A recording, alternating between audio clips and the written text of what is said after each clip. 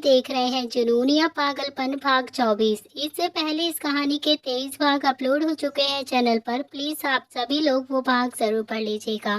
तो आप सबने अब तक पढ़ा था अवनी कॉलेज पार्टी में जाती है, जहां मोना राहुल के साथ मिलकर अवनी से बदला लेने के लिए एक प्लान बनाती है। तो अवनी के लिए वो स्पेशल जूस भेजती है। अवनी उस जूस को पीते ही बेहोश होने लगती है और वो वॉशरूम की तरफ जाती है। तो एली और ईरा भी उसके पीछे जाने लगती हैं, मगर अवनी उन दोनों को उसके पीछे आने से मना कर देती है। अब देखते हैं आगे। रणवीर अपनी मीटिंग में था और किसी प्रोजेक्ट पर डिस्कस कर रहा था। तो रणवीर के अलावा वहां पर करीब 10 लोग और भी थे, जो काफी ज्यादा जानी मानी हस्ती नजर आ रहे थे। रणवीर अपनी हेड सोफी पर बैठा हुआ था और उसके आगे एक वीडियो प्ले हो रही थी। तो उस रूम में एक शांति का वातावरण था। वहीं एक बिजनेस सूट पहने हुए था जो आदमी वो स्क्रीन पर कुछ प्ले करते हुए बोलता है कि mister Rai, this is our project. हमने सारी बातों का ध्यान रख के ही ये सारी साइडें पसंद की हैं। यहाँ पर कोई भी लीगल या इलीगल इन्वॉल्वमेंट बिल्कुल भी नहीं है, इसीलिए आपको चिंता करने की कोई भी जरूरत नहीं है मिस्टर राय। तो रणवीर सोफे पर ही अपना सूट ठीक करते हुए बोलता है कि दैट्स गुड मिस्टर वर्मा, वाकई आपका प्रोजेक्ट हमें अच्छा लगा। हम इस पर काम शुरू कर सकते हैं, पर मुझे इस प्रोजेक्ट में कुछ और भी डिस्कस करना है। तो रणवीर की बात अभी पूरी भी नहीं हुई थी कि तभी विक्की बिना नॉक किए हुए अंदर आया और हाँफते हुए बोला, सर सर वो। तभी रणवीर गुस्से में विक्की की तरफ देखते हुए बोलता है कि सर क्या विक्की, क्या तुम्हें पता नहीं है कि इस वक्त मीटिंग चल रही है? तभी विक्की थोड़ा सा ठीक होकर बोलता है, I know sir but this is important. Ranveer Vicky को घूरते हुए बोला, साफ साफ बताओ विक्की, वरना तुम मेरा गुस्सा जानते हो। तो रणवीर की बात सुनकर सारे लोग डर गए थे और विक्की को भी थोड़ी सी घबराहट हो रही थी। उसने अपनी आंखें बंद की और एक ही सांस में बोला कि सर वो मैम का कुछ भी पता नहीं चल रहा है। तभी विक्की की बातों से रणवीर को एक पल भी समझ नहीं आया कि वो क्या बोल रहा हो और वो अब इस समय क्या रिएक्ट करे। पर जैसे ही उसे अवनी का ख्याल आया तो वो अपनी जगह से उठा और विक्की से गुस्से से बोलता है कि क्या बकवास कर रहे हो तुम। अगर उसे कुछ भी हुआ ना तो रणवीर के दिल में बहुत ही अजीब सी फीलिंग्स आने लगी थी, जैसे कुछ तो हुआ है पर क्या नहीं पता। जो इंसान सारी दुनिया को डरा सकता था, आज उसके दिल में डर महसूस हो रहा था। न जाने क्यों उसे ऐसा लग रहा था कि वो उसे खो देगा। उसने अपने दिल वाली जगह पर हाथ रख के विक्की से बोला, वो कहाँ है इस वक्त? रणवीर की बात सुनकर मीटिंग में आए सभी लोग शॉक थे और सब सोच रहे थे कि मिस्टर राय, रणवीर को क्या हुआ है। पर ये बोलने की हिम्मत किसी में भी नहीं थी। उतने में ही विक्की रणवीर से बोलता है, सर आपके कहने पर मैं जब ईरा से पूछने गया तब सब ठीक था, पर जैसे ही मैं वापस आने वाला था कि तभी एली ने मुझे बताया कि मैम नहीं मिल रही हैं। उन्होंने हर जगह चेक किया है पर वो कहीं भी दिखाई नहीं दे रही हैं। रणवीर विक्की से गुस्से में बोलता है, वो आखिरी बार कहाँ थी? विक्की ने अपनी गर्दन नीचे करके बोला, मैम आखिरी बार वॉशरूम में गई थी, तब से वो गायब है। तभी विक्की की बात सुनकर रणवीर एक पल के लिए नहीं रुका और वो वहां से भागकर अवनी को ढूंढने के लिए चला जाता है। तभी उसके जाते ही सब लोग विक्की से बोलते हैं कि व्हाट हैपेंड विक्की। तभी विक्की उन्हें शांत करते हुए बोलता है कि देखिए, ये मीटिंग यहीं पर खत्म होती है, आप सब कल ऑफिस में आकर कंटिन्यू कर सकते हैं। ओके, अभी के लिए आप सब चले जाइए और अभी जो भी हुआ उसके बारे में प्लीज किसी को भी कुछ मत बताइएगा, वरना आप सब जानते हो कि रणवीर राय कौन है। तभी रणवीर राय का नाम ही किसी को डराने के लिए काफी होता था, इसीलिए सब डर जाते हैं और ये सब जानते थे कि इस वक्त कोई भी कुछ नहीं बोला। विक्की ने अपनी बात खत्म की और रणवीर के पीछे भागा। सीसीटीवी रूम में ईरा और एली अवनी को ढूंढ रही थी। उन्होंने ही हर जगह हर कोना चेक कर लिया था पर उन्हें अवनी कहीं भी नहीं मिली थी। यहाँ तक कि उन्होंने अपने दरवाजे पर पूरे आदमियों को होटल में नजर रखने के लिए भी कहा था, पर किसी को कोई खबर नहीं मिली थी। सीसीटीवी फुटेज देखते हुए ईरा बोलती है कि ठीक से चेक करो, एक भी एंगल मिस नहीं होना चाहिए। अगर किसी पे भी शक हो तो तुरंत उसे पकड़े, सबसे पूछताछ करो, इसके पीछे जो भी है ना बचना नहीं चाहिए, समझी? तभी एली ईरा से डरते हुए बोली, ईरा हमें मैम की बात नहीं माननी चाहिए थी, पता नहीं कहाँ होंगी, अगर सर को पता चला ना तो उनके गुस्से से कोई भी नहीं बच सकता है। एली की बात खत्म होने से पहले ही पीछे से किसी की कड़क आवाज आई, हाँ सही कहा तुमने, उसे अगर छोटी सी भी खरोच आई ना तो मैं खुद ही नहीं जानता कि तुम्हारे साथ मैं क्या करूँगा और क्या होने वाला है अब तुम दोनों के साथ। और डरो मत, मैं लड़कियों पर हाथ नहीं उठाता हूँ, पर तुम अच्छे से जानती हो कि मैं क्या क्या करवा सकता हूँ। अब बताओ कि क्या हुआ है और कहाँ गई है वो। तभी ईरा और एली रणवीर से काफी ज्यादा डर गई थी और उन्हें सच में नहीं पता था कि आखिर अवनी कहाँ पर गई है। वो दोनों तो बस अवनी की बात मानने की सजा भुगत रही थी, उन्हें उनका पछतावा भी हो रहा था, पर उन्हें भी अवनी की चिंता थी। एक ही दिन में वो तीनों काफी अच्छी दोस्त बन गई थी, मगर अब जो कुछ भी हुआ था उससे उनकी रूह कांप गई थी। वो दोनों जानती थी कि अवनी रणवीर जी की जिंदगी में क्या मायने रखती है। इसी वजह से वो अपना डर बाजू में रखकर ईरा बोलती है कि बॉस, वो हमने मैम से कहा था कि हम उनके साथ चलते हैं, पर उन्होंने हमारी एक भी बात नहीं मानी और वो हमसे गुस्सा करके बोली कि हमें मना करके अंदर चली गई। तभी ईरा की बातों का समर्थन करते हुए एली बोली, हाँ बॉस, हम नहीं चाहते थे कि वो अकेली जाए, पर उन्हें हमारे साथ नहीं जाना था, इसीलिए हमने उन्हें अकेले छोड़ दिया था। पर जब वो 10 मिनट के बाद जब वो वापस नहीं आई तो हमें थोड़ा अजीब सा लगा और इसीलिए हम उन्हें देखने के लिए गए। पर रणवीर अपनी हाथों की मुट्ठियां बंधाते हुए उन दोनों से गुस्से से बोला, पर क्या। रणवीर की इतनी डरावनी आवाज सुनकर वो दोनों ही एकदम पीछे हो गई और ईरा कांपते हुए बोली, बॉस, हमने जब वॉशरूम चेक किया तो वहाँ पर कोई भी नहीं था, हम लोग बहुत ही ज्यादा डर गए थे, हमें लगा वो शायद किसी दूसरे वॉशरूम में गई होंगी, तो हमने वहाँ पर भी चेक किया पर वो वहाँ पर भी नहीं मिली। एली ईरा का हाथ पकड़कर अपनी नजर नीचे करके बोली, तभी बॉस, जरूर उनके साथ कुछ तो हुआ है, तभी तो वो इस तरह से गायब हो गई हैं। हमने सब जगह देख लिया है पर उनका कुछ भी नहीं पता है, हमने टीम भी भेजी है पता करवाने के लिए, इन्हें भी अब तक कोई भी सुराग नहीं मिला है। विक्की वहां पर आते हुए बोला, सर वो। रणवीर मुड़कर विक्की को गुस्से से देखते हुए बोला, साफ साफ नहीं कह सकते क्या विक्की। विक्की रणवीर से बोलता है कि सर वो मैम की पिन मिली है हमें। तभी रणवीर और बाकी सब को ये बात सुनकर काफी ज्यादा तसल्ली होती है। रणवीर भी उससे डिसरिस्पेक्टली पूछने लगता है कि कहाँ पर। तभी विक्की ने तुरंत ही जवाब देते हुए कहा कि सर, मैंने सीसीटीवी फुटेज चेक किया था, पर जहाँ से मैम गायब हुई हैं वहाँ का कैमरा खराब था, मैंने खुद वहाँ पर जाकर चेक किया तो उस वॉशरूम में एक डोर है जो होटल के पीछे निकलता है।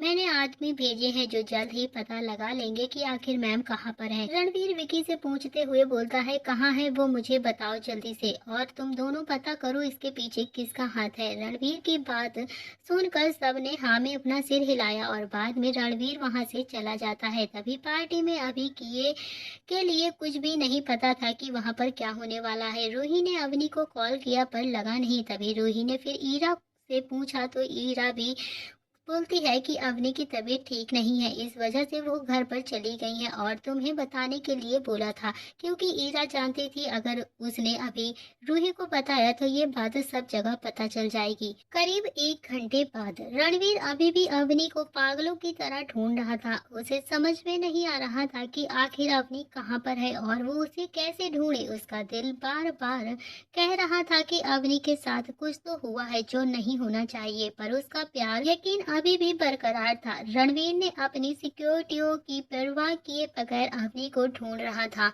सब परेशान थे पर अवनी का अभी भी कोई भी पता नहीं चल पा रहा था। विकी गाड़ी में अपने लैपटॉप पर कुछ टाइप कर रहा था, जैसे वो कुछ ढूंढ रहा हो। तभी उसके हाथ अचानक से रुके और उसने अपना फोन निकाला और रणवीर को कॉल करते हुए बोला कि रणवीर को इस वक्त अवनी की चिंता थी, इस वजह से उसने अपना फोन नहीं उठाया। रणवीर को फोन ना उठता देख विक्की ने अमन को कॉल किया और उसे सारी बातें बताई। तभी एक ही रिंग में अमन ने जल्दी से कॉल को पिक किया और विक्की ने अमन से बोला कि अमन, मेरी बात ध्यान से सुनो, मैंने तुम्हें एक गाड़ी का नंबर भेजा है, शायद मैम वहीं पर है। तो अमन काफी ज्यादा खुश हो जाता है और बोलता है, क्या मैम अभी बॉस को बताता हूँ मैं अभी जाकर। विकी अमन से बोलता है कि एक बात, मैंने गाड़ी की लोकेशन चेक की है, वो गोवा की तरफ जा रही है। विकी की बात सुनकर अमन ने जल्दी से रणवीर के पास भागकर जाता है और अभी भी होटल में अवनी को वो ढूंढ रहा था। तभी अमन भागकर उसके पास आया और बोला कि बॉस बॉस, मैम का पता चल गया है। तभी अमन की बात सुनकर एक पल के लिए रणवीर फ्रीज हो जाता है और उसने बस एक ही बात कही कि मैं आ रहा हूँ जान। तभी जल्दी से वो अमन से पूछता है कि कहाँ पर। अमन सारी बातें उसको बता देता है। इधर दूसरी तरफ अवनी इस वक्त एक गाड़ी में थी। उसके हाथ पैर बंधे हुए थे और वो आधी बेहोशी की हालत में थी। उसके मुंह पर पट्टी बांधी गई हुई थी पर उसकी आंखें खुली हुई थी, जिससे वो देखने की कोशिश कर रही थी। पर नशे में होने की वजह से उसे कुछ भी साफ साफ दिखाई नहीं दे रहा था और वो नहीं समझ पा रही थी कि वो इस वक्त कहाँ पर है। वो इस वक्त एक वैन में थी जिसमें गाड़ी के आगे की सीट पर दो आदमी बैठे हुए थे जिन्होंने काले कपड़े पहने हुए थे और चेहरे पर मास्क लगाया हुआ था। अवनी आधी बेहोशी में खुद को छुड़ाने की कोशिश कर रही थी और उसी गाड़ी में बैठा वो आदमी जो गाड़ी चला रहा था वो बोलता है कि जल्द ही बस बॉस के पास इसे लेकर चलते हैं और अपना कमीशन लेने के बाद हमें इससे क्या मतलब है। बाजू वाला आदमी बोलता है वैसे मानना पड़ेगा बॉस की चॉइस को, लड़की तो वाकई काफी ज्यादा खूबसूरत है, काश हम भी उसे छू पाते पर तो मजा ही आ जाता। मगर पहला आदमी बोलता है अरे पागल हो गया है क्या, ऐसा सोच भी मत, नहीं तो बॉस तो हमें जान से ही मार देंगे। बस कुछ ही देर और है फिर हम पहुंचने ही वाले हैं। हम हमारा हिस्सा लेकर कहीं दूर चले जाएंगे, फिर हमें इनसे क्या लेना देना। उन दोनों की बात सुनकर अवनी की आंखों में आंसू आ रहे थे और वो इतनी लाचार महसूस कर रही थी खुद को कि वो कुछ तो कर सकती खुद के लिए। और वो सोचने लगी कि शायद अभी उसकी जान ही चली जाए। उसकी आंखों में आंसू रुकने का नाम ही नहीं ले रहे थे और यहाँ पर रणवीर का दिल बार बार जोरों से धड़क रहा था और वो लगातार गाड़ी की स्पीड बढ़ाता ही जा रहा था। थोड़ी ही देर बाद वो गोवा की सड़क पर आ गया था। विक्की ने जो गाड़ी का नंबर उसे बताया था वो उसके सामने ही थी। उस गाड़ी को देखकर रणवीर ने एक गहरी सांस ली और इस गाड़ी को ओवरटेक करने के लिए बोला। थोड़ी ही देर बाद उसने अपनी गाड़ी उस गाड़ी के आगे कर दी और एक तेज ब्रेक के साथ दोनों गाड़ियां रुक जाती हैं और गाड़ी के ब्रेक की वजह से अवनी जो थी वो सीट से नीचे गिर गई। तो रणवीर ने आगे वाली गाड़ी को गुस्से से देखा और दरवाजा खोल अवनी के पास जाने लगा। तभी ड्राइविंग सीट पर बैठा आदमी चिल्लाकर बोलता है अबे ये कौन है यार, ऐसे अचानक से गाड़ी के सामने आ गया है, लगता है इस लड़की का जानने वाला होगा। तभी दूसरा आदमी पहले वाले को देखकर बोलता है कि कहीं ये इस लड़की को ढूंढने तो नहीं आया है यार, अगर ऐसा है तो अभी गाड़ी शुरू करो और चलाओ, यहाँ से भागो। दूसरे आदमी की बात सुनकर पहला आदमी रणवीर को देखने लगा और जिसकी आंखें लाल थी और चेहरे पर गुस्से के भाव थे। वो दोनों तो एक पल के लिए रणवीर को देखकर डर से कांपने लगते हैं। तभी पहले वाले ने गाड़ी स्टार्ट कर दी और चलाने लगा, पर वो आगे बढ़ पाता उससे पहले ही 10-12 गाड़ियां उस गाड़ी के आजू बाजू आकर रुक जाती हैं और उन दोनों आदमियों की डर से हालत खराब हो चुकी थी। तब तक रणवीर भी उस गाड़ी के पास आ चुका था जहाँ इस वक्त अवनी बेहोश पड़ी हुई थी। उसने जैसे ही गाड़ी का दरवाजा खोला तो उसकी आंखें एकदम शांत हो गई। बाकी गाड़ियों से बॉडीगार्ड्स बाहर आए और उन्होंने उन दोनों को पकड़ लिया और कहीं पर ले जाने लगे। तो रणवीर ने दरवाजा खोला तो अवनी उस सीट से नीचे गिरी हुई दिखी थी है। तो उसे देखकर रणवीर जल्दी से अवनी के पास गया और उसे खोलने लगा और साथ ही बोला जान आप ठीक तो है ना, तभी प्लीज मेरी तरफ देखिए। आप अब तक अमन, विकी, ईरा और एली भी वहां पर आ चुके थे। रणवीर की ये हालत देखकर उन्हें काफी ज्यादा बुरा लग रहा था और लगे भी क्यों ना, क्योंकि आज तक किसी ने भी रणवीर को इस हालत में नहीं देखा था। तो रणवीर ने अवनी को बचा लिया था और उन दोनों आदमियों को भी पकड़ लिया था जो अवनी को किडनैप करके लेके जा रहे थे। जब रणवीर ने अवनी को देखा तो उसकी जान ही अटक गई थी, क्योंकि अवनी आधे नशे में थी और रणवीर के सामने पर थी। उसके हाथ पैर बंधे हुए थे और वो सीट से नीचे गिरी हुई थी। तभी रणवीर ने एक पल की भी देरी किए बगैर अवनी को उठाया और उसे खोलने लगता है। अवनी जो नशे में ही बोलती है कि प्लीज मुझे छोड़ दो वरना अच्छा नहीं होगा, मेरे मॉनिस्टर तुम्हें छोड़ेंगे नहीं, मगर देखो तो मेरे करीब मत आना, प्लीज मुझे जाने दो यहाँ से, मुझे यहाँ पर अच्छा नहीं लग रहा, मैंने तुम्हारा क्या बिगाड़ा है। तभी उसकी बातों से रणवीर की आंखें लाल हो गई और उसे काफी ज्यादा तकलीफ हो रही थी अवनी को इस तरह से देखकर। जो लड़की उसके भरोसे बैठी हुई थी, उसके होते हुए भी उसके साथ गलत होने जा रहा था। उसे खुद पर बहुत ही ज्यादा गुस्सा आने लगा था और उसने अपनी आंखें कसकर बंद की और अवनी को गले लगाकर बोला कि अवनी तुम्हें कुछ नहीं होगा। अवनी को भी कुछ समझ में नहीं आ रहा था कि वो क्या करे। उसे तो बस रणवीर के पास जाना था। वो रणवीर को दूर करते हुए बोली कि छोड़ो छोड़ो मुझे, मेरे हाथ मत लगाना, समझे।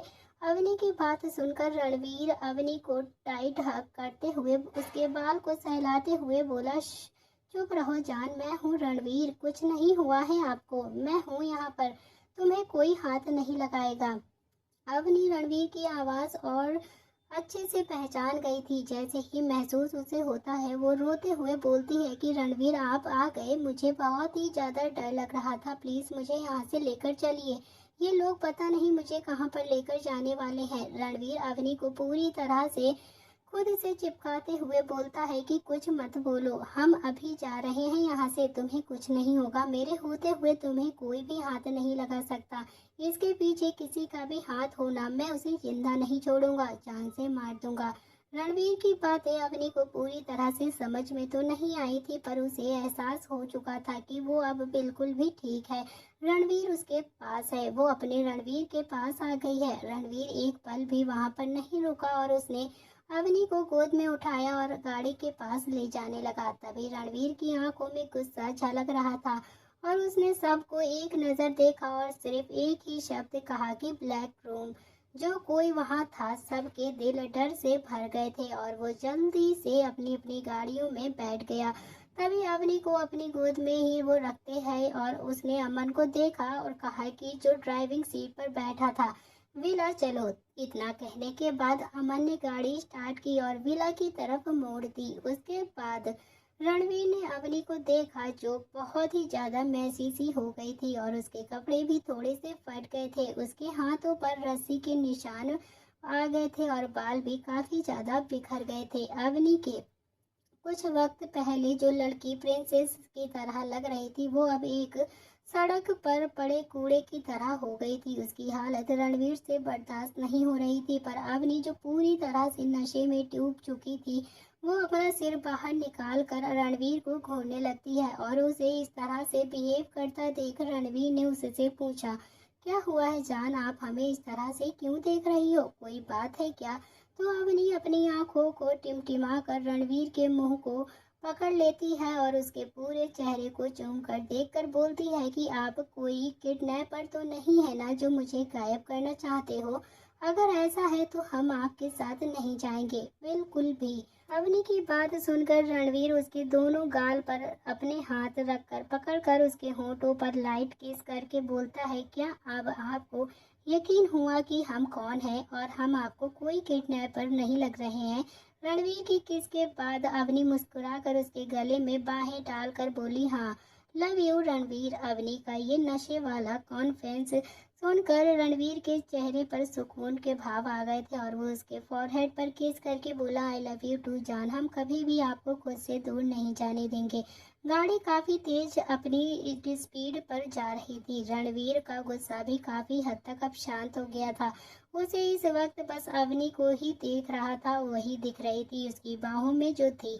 रणवीर उसके बालों को प्यार से सहला रहा था। अवनी भी अपना चेहरा बार बार उसके चेस्ट पर घुमा रही थी, जिससे रणवीर की हालत खराब कर रही थी। उसने अमन को आवाज दी और फर्स्ट एड बॉक्स मंगवाया। बॉक्स लेकर उसने अवनी के हाथ को दवाई लगानी चाहिए, मगर उसने उसके सिर को बाहर निकाला और उससे कहा कि जान, अब थोड़ा सा दर्द होगा आपको। अवनी थोड़ी सी चिड़चिड़ी हुई आवाज में बोलती है, रणवीर के हाथ को दूर करते हुए, नहीं इसे मत लगाइए, ये चलता है। रणवीर एक हाथ से अवनी के गाल को छू कर बोलता है, पर ये जरूरी है, वरना आपकी चोट ठीक कैसे होगी जान, रणवीर ने कहा और उसके एक हाथ में दवाई पकड़ी और दूसरे हाथ से अवनी के हाथ को पकड़ा। पर जैसे ही वो दवाई अवनी के टच होती है तो अवनी की चीख निकल गई और उसने रणवीर के हाथ को झटका और दवाई जो थी वो नीचे गिर जाती है। ऐसा करते ही रणवीर के चेहरे पर गुस्से के भाव आ गए, पर अवनी की हालत देखकर वो खुद को रोक देता है और उसे कुछ सूझा और उसने सीट पर लगी बटन को प्रेस किया, जिस वजह से वहां की सीट बेड की तरह बन गई और रणवीर ने अवनी को धक्का दिया और बेड पर लेटाया। उसने अवनी की टाई ढीली की और खुद अवनी के ऊपर आ गया। अवनी नशे में होने की वजह से कुछ भी नहीं कर पा रही थी। अगर वो होश में होती तो नहीं ऐसा बिल्कुल भी बर्ताव ना करती और ना ही रणवीर को इतने करीब आने देती। तो रणवीर ने उसके दोनों हाथ पकड़े और उसे लिप किस करने लगा। वो काफी ज्यादा जेंटल था, पर नशे में अवनी कहाँ समझने वाली थी और उसने रणवीर को रोकने के लिए अपने हाथ पैर मारना शुरू कर दिया। करीबन 5 मिनट तक किस करके रणवीर अवनी से अलग हुआ और अवनी शायद नींद में जा चुकी थी।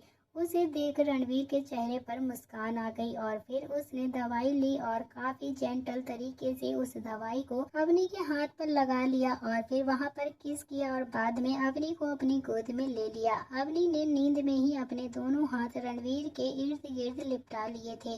थोड़ी देर के बाद उनकी गाड़ी एक जगह पर आकर रुकती है। रात के करीब 1 बजे का समय था। वो इस वक्त गोवा में थे। गोवा में रणवीर का खुद का विला था। वैसे तो रणवीर की बहुत ही सारी प्रॉपर्टीज थी, पर गोवा की सबसे ज्यादा खास थी।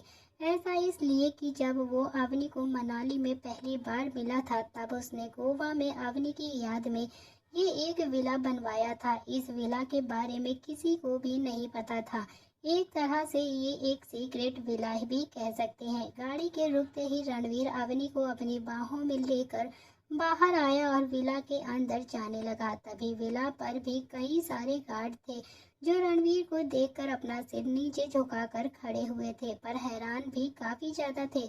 अपने बॉस को इस तरह से बाहों में किसी लड़की को देखकर रणवीर बिना किसी पर ध्यान दिए बगैर अंदर जाने लगा। तभी अंदर विला में नौकर के नाम पर सिर्फ एक ही आदमी था, जिसकी उम्र ज्यादा नहीं थी। वो करीबन 55 साल के लगभग था। किसी ने भी उन्हें नहीं बताया कि रणवीर आने वाला है, क्योंकि रणवीर ने ऐसा अचानक ही किया था। इस वजह से वो काफी शौक थे, पर हैरान नहीं थे, क्योंकि वो जानते थे कि शायद इस विला की मालकिन हो सकती है। रणवीर ने उन्हें जाते हुए कहा कि एक लेडी डॉक्टर को भेजिए जल्दी। अमन भी रणवीर के पीछे ही आ रहा था और उसके साथ ईरा, एली और विकी भी थे। उन्होंने रणवीर को जाता देखा। फिर तभी रणवीर का कमरा, जो फर्स्ट फ्लोर पर ही था, वो सीधा सीढ़ियों से ऊपर की तरफ गया और रणवीर का ये विला एक प्रिंसेस हाउस की तरह ही था, जहाँ की सारी दीवारें नीले रंग की थी, जो अवनी के आईज के कलर की थी। रणवीर का रूम भी काफी खूबसूरत था, जो कि ब्लू कलर का ही था, पर वो किसी राजकुमारी के रूम के साइज का बिल्कुल भी नहीं था। वहां पर रिंग बे रिंग तितलियां की पेंटिंग बनी हुई थी। रणवीर रूम का दरवाजा खोलने वाला ही था कि तभी अवनी की नींद खुल गई और उसने एक हाथ से अवनी अपनी आंखें मसली और आजू बाजू देखने लगी। रणवीर रूम में एंटर होता है तो अवनी जग चुकी थी। अवनी ने रणवीर को देखते हुए कहा कि हम कहाँ पर हैं। तभी रणवीर ने अवनी को बेड पर बैठाया और मुस्कुरा कर बोलता है कि हम इस वक्त गोवा में हैं। गोवा का नाम सुनते ही अवनी की आंखें चमकने लगती हैं और वो बेड पर खड़ी हुई और किसी छोटे बच्चे की तरह कूदते हुए बोली, वाओ, हम गोवा में हैं, बहुत ही मजा आएगा अब तो। तभी रणवीर, क्या हम बीच पर भी चल सकते हैं? मैंने सुना था कि गोवा काफी अच्छी जगह है, पर यहाँ पर समंदर भी है। आप हमें वहां पर लेकर चलिए ना, हमें देखना है। तभी अवनी की बच्चों वाली हरकत देखकर रणवीर को काफी ज्यादा अच्छा लगा और उसने इसके दोनों हाथ अपने हाथ में लिए और उस पर लाइट किस करके बोला कि बेबी, अभी बहुत ही ज्यादा रात हो गई है ना, तो हम इस वक्त कहीं पर भी नहीं जा सकते हैं, इसीलिए हम कल सुबह चलेंगे, ओके। तो अवनी रणवीर का हाथ छोड़कर रोंधी शक्ल बनाकर बोलती है कि नहीं, हमें तो अभी ही जाना है, आप अभी लेकर चलो, वरना हम खुद ही चले जाएंगे। ऐसा नहीं था कि रणवीर अवनी की जिद पूरी नहीं कर सकता था, पर अभी रात भी हो चुकी थी, इसीलिए वो अवनी को लेकर नहीं जाना चाहता था। और अवनी भी नशे में काफी ज्यादा थी। वो अवनी को नीचे उतारते हुए बोला कि ओके, हम ले चलते हैं, पर आपको हमें किस करना पड़ेगा तब। तभी अवनी जो खुश होकर ठीक है बोलती है, पर बाद में आप पहले हमें लेकर जाएंगे। तभी रणवीर भी अपनी भौहें आपस में जोड़ देता है और अवनी की बात सुनकर बोलता है। वो अवनी को कुछ बोलने को होता है कि तभी दरवाजे पर नॉक हुआ। बाहर से आवाज आई, बेटा हम डॉक्टर को लेकर आ गए हैं। तभी रणवीर ने उन्हें जवाब दिया कि ओके ठीक है, अंदर आ जाइए। तभी जाने की बात से अवनी काफी ज्यादा खुश थी, पर जब उसने डॉक्टर की बात सुनी तो वो काफी ज्यादा डर गई और रणवीर के गले लग गई और बोली कि आपने डॉक्टर को क्यों बुलवाया है? क्या आपको कहीं लगी है क्या चोट? हमें बताइए। तभी अवनी जो अपना बचपना दिखाकर रणवीर को बहुत ही प्यार से ऊपर से नीचे तक देख रही थी। इसी वक्त डॉक्टर अंदर आई और उनके साथ बाकी सब भी थे। उन्होंने जब अवनी को रणवीर की बाहों में देखा तो वो काफी ज्यादा हैरान हो गई, पर अवनी अपनी हैरानी उन्होंने रणवीर के सामने बिल्कुल भी नहीं दिखाई। तभी अवनी की नज़र डॉक्टर पर गई थी कि उसी का फायदा उठाकर रणवीर ने अवनी के कान में धीरे से कहा कि हम ठीक हैं, पर अगर आप बीच पर जाना चाहती हो ना तो आपको पहले आंखें मत खोलना, आपको आंखें बंद करनी पड़ेंगी। अवनी ने भी अच्छे बच्चे की तरह रणवीर की बात मान ली और रणवीर ने उसे बेड पर लेटाया और सबको चुप रहने का इशारा किया। तभी सबने भी रणवीर की बात मान ली और फिर डॉक्टर अवनी के पास आई और उसे चेक करने लगी। किसी के टच का महसूस करके अवनी बोली कि रणवीर आप हमें हाथ क्यों लगा रहे हैं? तभी अवनी की बात सुनकर रणवीर ने अपना एक हाथ अवनी की आंखों पर रखा और धीरे से बोला कि वो आपके कपड़े पर बहुत ही ज्यादा मिट्टी लगी हुई है ना, उसे हटा रहे हैं। तभी रणवीर की बात सुनकर अवनी बोलती है कि ठीक है, हमें नींद आ रही है रणवीर। तभी रणवीर अवनी के बालों पर अपना दूसरा हाथ फेर कर बोलता है कि आप सो जाइए, हम आपको उठा देंगे, ओके। तभी अवनी को सच में नींद आ रही थी और इस वजह से वो 1 मिनट में भी सो गई थी।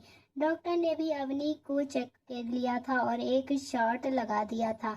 फिर वो बाहर की तरफ चली गई और उनके साथ रणवीर भी बाहर आया। डॉक्टर रणवीर से बोलते हैं कि सर, उनको किसी ने नशे की दवा पिलाई थी, इसीलिए वो ऐसा बर्ताव कर रही थी। बाकी उनकी हालत अब बिल्कुल ठीक है, बस उनके हाथों पर रस्सी के निशान हैं, जिसका ट्रीटमेंट कर दिया जाएगा और वो जल्द ही ठीक भी हो जाएंगे। नशे को ठीक करने के लिए उन्हें एक शॉट भी दिया है, सुबह तक उन्हें होश आ जाएगा और वो बिल्कुल ठीक हो जाएंगी। रणवीर ने डॉक्टर की बात सुनी और कहा कि ठीक है, आप जा सकती हैं, ड्राइवर आपको घर छोड़ देंगे, ओके। इसके बाद रणवीर वहां से चला आया। उनके जाने के बाद रणवीर जब अंदर वापस आया तो इस वक्त ईरा और एली अवनी के आजू बाजू बैठी हुई थी। रणवीर ने उन्हें देखकर कहा कि मुझे सुबह तक सारी डिटेल्स चाहिए और अवनी के कपड़े चेंज कर देना, मैं नीचे जा रहा हूँ। तभी रणवीर बिना उनके जवाब को सुने हुए वहां से नीचे चला आया। ईरा और एली की डर से हालत पूरी तरह से खराब हो रखी थी। जैसे ही रणवीर बाहर आया तो ईरा क्लोजेट में गई और वहां उसने देखा कि अवनी के लिए कोई भी कपड़े नहीं थे, तो वो वापस आई और उसे खाली हाथ देखकर एली बोली कि क्या हुआ, तुम ऐसे खाली हाथ क्यों? मैम के कपड़े कहाँ हैं? एली निराशा भरे भाव से ईरा को जवाब देते हुए बोली कि अरे बॉस ने तो कह दिया है, पर यहाँ पर तो सिर्फ बॉस के ही कपड़े हैं, मुझे तो समझ में नहीं आया कि मैं क्या करूँ, तो इसीलिए वापस आ गई। तभी एली जो गहरी सांस लेकर बोलती है, हाँ क्या कर सकते हैं, और बॉस को थोड़ी ना पता था कि हम यहाँ पर आने वाले हैं, तो अचानक ही आ गए हैं हम सब। वैसे हम भी यहाँ पर कभी नहीं आए थे, नहीं तो वरना हमारे ही कपड़े पहनाते थे। ईरा अवनी के सिरहाने बैठी हुई थी। एली से बोली कि अब क्या करें, अगर मैम के कपड़े चेंज नहीं किए तो बॉस हमारी वाट लगा देंगे। तो एली खबरदार ईरा को देखते हुए बोलती है घबरा के, अरे तू डरा क्यों रही है यार, बस यहाँ तो मेरी वाट लगी पड़ी है, कुछ सोचो वरना बॉस क्या करेंगे वो तो उन्हें भी नहीं पता होगा। तभी एली की बात सुनकर दोनों कुछ सोचने लगती हैं, आखिर वो दोनों क्या करेंगी और कैसे चेंज करेंगी अवनी के कपड़े, क्योंकि अगर उन दोनों ने कपड़े नहीं चेंज करे अवनी के तो रणवीर उन दोनों को क्या करेगा ये उन्हें नहीं पता है। तो देखते हैं फ्रेंड्स आगे कहानी में अब क्या होने वाला है। तो आज के लिए इतना ही, मिलते हैं इस कहानी के अगले भाग में। कहानी पसंद आए तो प्लीज़ चैनल को लाइक शेयर सब्सक्राइब ज़रूर करना, और कौन सा मोमेंट आपको कहानी का सबसे ज़्यादा अच्छा लगा वो मोमेंट कमेंट बॉक्स में ज़रूर लिख के बताना। Thank you friends.